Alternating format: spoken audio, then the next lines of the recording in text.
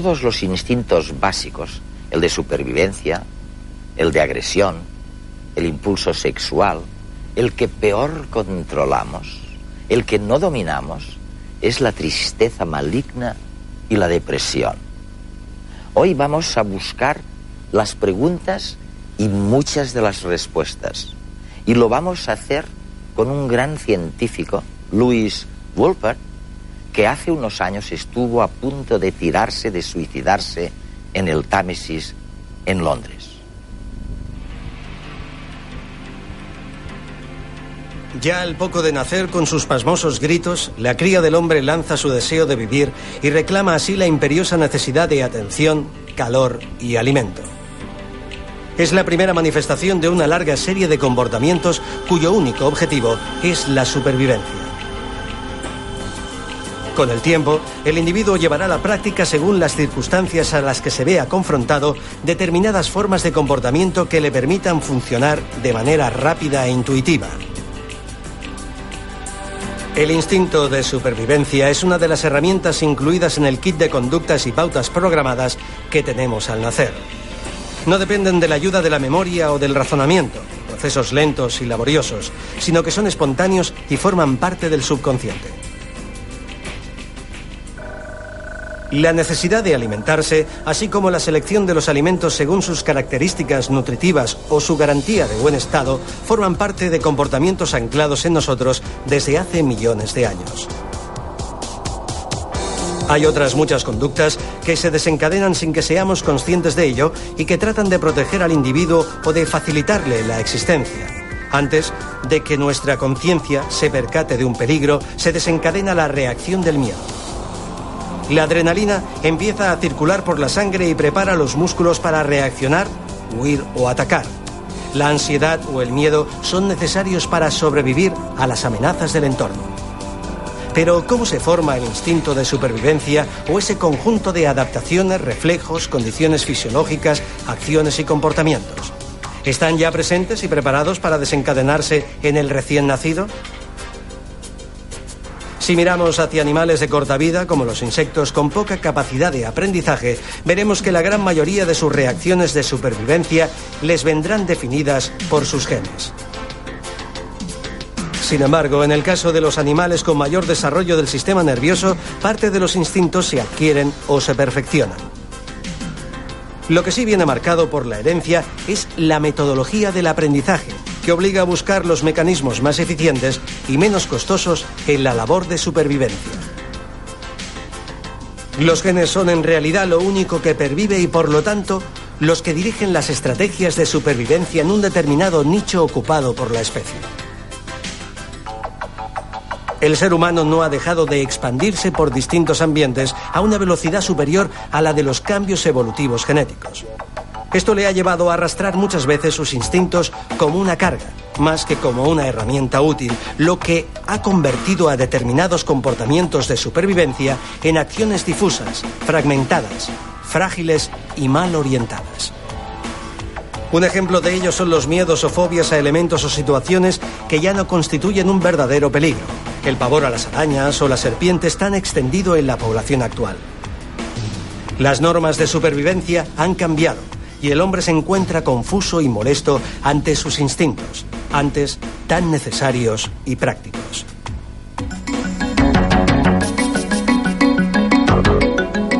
Lewis Wolpert, profesor de la University College of London, es reconocido internacionalmente por sus estudios en biología molecular.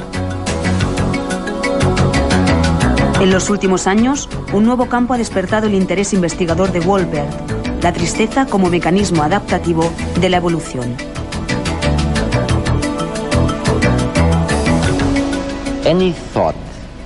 Cualquier posibilidad de que la mente tenga una organización innata, es decir, que haya naturaleza e instinto, a mucha gente le parece como algo casi inmoral. Y sin embargo están equivocados, ¿no? Siento decir que están equivocados. Pongamos primero un ejemplo muy simple. Hay muchas personas que tienen miedo de las serpientes y de las arañas. Pero, por otra parte, no importa la cantidad de veces que se le diga a un niño que debe tener cuidado con un enchufe eléctrico. No existe ningún niño que le tenga miedo a los enchufes. Es decir, que el miedo a las serpientes y las arañas está innato en nuestra mente. Y personalmente creo que Dios, el sentimiento religioso, también está programado en nuestra mente. Y parece ser que tú sabes cómo se programó. No lo sé, pero tengo una teoría. Lo que nos diferencia de los animales es que nosotros tenemos herramientas. Los animales, los chimpancés, pueden utilizar herramientas muy sencillas, pero en realidad es la tecnología, las herramientas, lo que ha dirigido la evolución humana. Para poder utilizar una herramienta hay que poseer el concepto de causa y efecto. ¿Qué es lo que causa un determinado efecto? Y una vez se tiene el concepto de que algo causa algo, se quiere comprender la muerte, la enfermedad. Y Dios es una solución. Y la gente que cree en un Dios funciona mejor que los que no creen. Y yo creo que esto lo tenemos en la mente. Y quizá es por eso, probablemente, que la religión todavía está presente hoy día. Aunque cuando se analiza desde un punto de vista científico parece irracional. Sí, parece un poco irracional. Pero en Estados Unidos más de un 80 o un 90% de la población son creyentes. Lo que sugiere, si no me equivoco, y corrígeme si me equivoco, y lo haces en tu último libro, el que trata de la creencia religiosa, es que hay una ventaja comparativa de adaptación en el hecho de ser religioso. Si se procrean, si están mejor, se procrearán más y bueno, llegarán a ser mayoría. No está probado, pero es ventajoso tener explicaciones. Queremos explicaciones de las cosas que afectan a nuestras vidas y la religión las proporciona.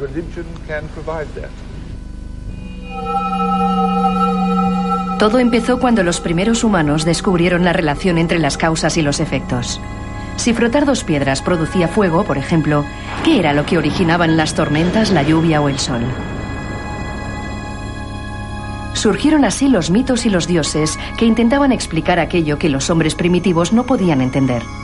Las supersticiones, firmemente arraigadas en nuestro inconsciente desde hace miles de años, permitieron darle un sentido al mundo en que vivimos y fueron el origen de las religiones, proporcionando diferentes modelos del mundo para entender la realidad.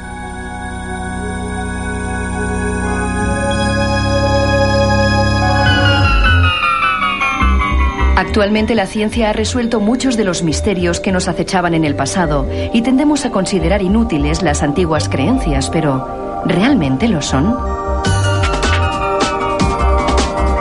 Observar el mundo tal y como es sin pretender entenderlo es una experiencia traumática. Al fin y al cabo, no creer en nada, no encontrar justificación ni motivo oculto a las cosas que ocurren, puede resultar aterrador. Puede hacernos sentir la soledad más absoluta. Por tanto, cabe pensar que la invención de las creencias, sean las que sean, ha resultado muy útil para nuestra supervivencia como especie. Su poder es tal que los científicos están comenzando a investigar el significado del fenómeno de la fe. De momento hay estudios que demuestran que las personas con fuertes creencias son más sanas y responden mejor ante situaciones adversas.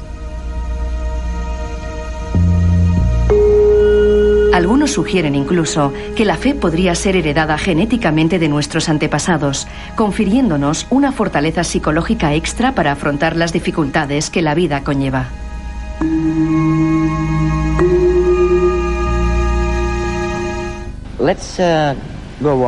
Vamos a continuar en el punto anterior, pero desde otro ángulo. Tenemos un cuerpo muy parecido al que teníamos en la Edad de Piedra, ¿no? Eso es, sí. ¿Y qué pasa con la mente? ¿También tenemos una mente parecida? Sí, muy parecida. ¿Con arañas y serpientes? Aunque creo que la mente moderna solo tiene 20.000 o 30.000 años. Las herramientas complejas solo aparecieron hace unos 30.000 o 40.000 años. Y tú dices que a partir de entonces es cuando la mente ha comenzado a cambiar. Pero el problema, y tú sabes mucho de esto, incluso a nivel personal, es que los instintos básicos que están situados o almacenados en el sistema límbico, en el cerebro primitivo, desde hace mucho antes de hace 30 o 40.000 años, todavía están allí. Por ejemplo, la tristeza. La tristeza, que es un instinto muy útil. Es muy importante para la madre y para el hijo que cuando la madre sale de la habitación, el hijo, que es muy pequeño, se entristezca y quiera estar con la madre. Porque esto mantiene los lazos y la madre está triste si el hijo se va. La tristeza es útil. Cuando, por ejemplo, se pierde dinero y se intenta hacer algo al respecto. Es decir, que la tristeza es una emoción muy importante, pero si funciona mal puede convertirse en un problema. Lo que pasa, y lo que no entiendo muy bien, es el instinto de ansiedad o la ansiedad. Es posible que nosotros estemos hablando aquí hoy gracias a este instinto de tener miedo cuando vemos una hiena que tenían nuestros antepasados, o de ver a alguien que te va a atacar. Y así comienza este increíble proceso de adrenalina y corticotropina. Y bueno, la ansiedad nos ha salvado la vida. De acuerdo, admitámoslo. La ansiedad claramente salva nuestras vidas. Pero la tristeza... La tristeza, sí, la tristeza también, porque mantiene a la madre y al hijo juntos. En esto ha trabajado el psicoanalista John Bowden. Yo estoy en contra del psicoanalismo, pero Bowden dijo una cosa muy importante, y es que la tristeza es lo que mantiene a las parejas unidas. La relación con la pareja. Si uno de la pareja se va, el otro se siente triste y es lo que hace que la pareja siga unida. Cualquier pérdida hace sentir tristeza y hace que se luche por compensar esa pérdida. Es muy importante. Pero, ¿cuál es el efecto de la tristeza en la mente, dentro de la mente? La tristeza hace buscar el remedio. Si estás triste porque no sabes dónde has dejado las gafas, tienes que buscarlas. Si estás triste porque tu hijo ha salido de la habitación o porque no sabes dónde está, entonces tienes que buscarlo. La tristeza lleva a la acción. Y si te encierras en uno mismo, esto lleva a la depresión. No, en esto tiene que haber algo más. No. Tiene que haber una pérdida. Una pérdida o un componente genético. O si de niños se han sufrido abusos, o si se ha perdido a los padres, por ejemplo, la probabilidad de tener una depresión es mucho más alta. La depresión es una enfermedad que causa un gran sufrimiento y que afecta a todas las culturas del mundo. ¿Cómo podría explicarse en términos evolutivos una patología tan devastadora? Puesto que se trata de un trastorno afectivo, hay que centrar la atención en las emociones y en su valor adaptativo. Las emociones básicas, que son la alegría, el miedo, la tristeza, la ira, el asco y la sorpresa, son universales y representan una respuesta rápida y espontánea ante posibles beneficios o peligros. El miedo, por ejemplo, es una reacción emocional ante la amenaza de un daño físico. Pero ¿es la tristeza la emoción más similar a la depresión? ¿De qué modo puede resultar útil para que se haya seleccionado? La respuesta está en el afecto. Es el afecto el que es adaptativo, el que crea la necesidad de un niño de estar con su madre y la de su madre de estar con él, lo que sin duda aumenta mucho su supervivencia. Pero para que este vínculo sea realmente efectivo, la pérdida del ser querido debe causar una aflicción, una tristeza que impulse el reencuentro. Que venza la pereza de gastar energía o el miedo a ponerse en peligro. Es decir, la tristeza sería al afecto lo que el hambre es al comer. Entonces es muy fácil pensar en la depresión como en una tristeza patológica. Alguna cosa va mal en los procesos cerebrales que hacen que estemos tristes de manera que resultan en una depresión que no es nada adaptativa.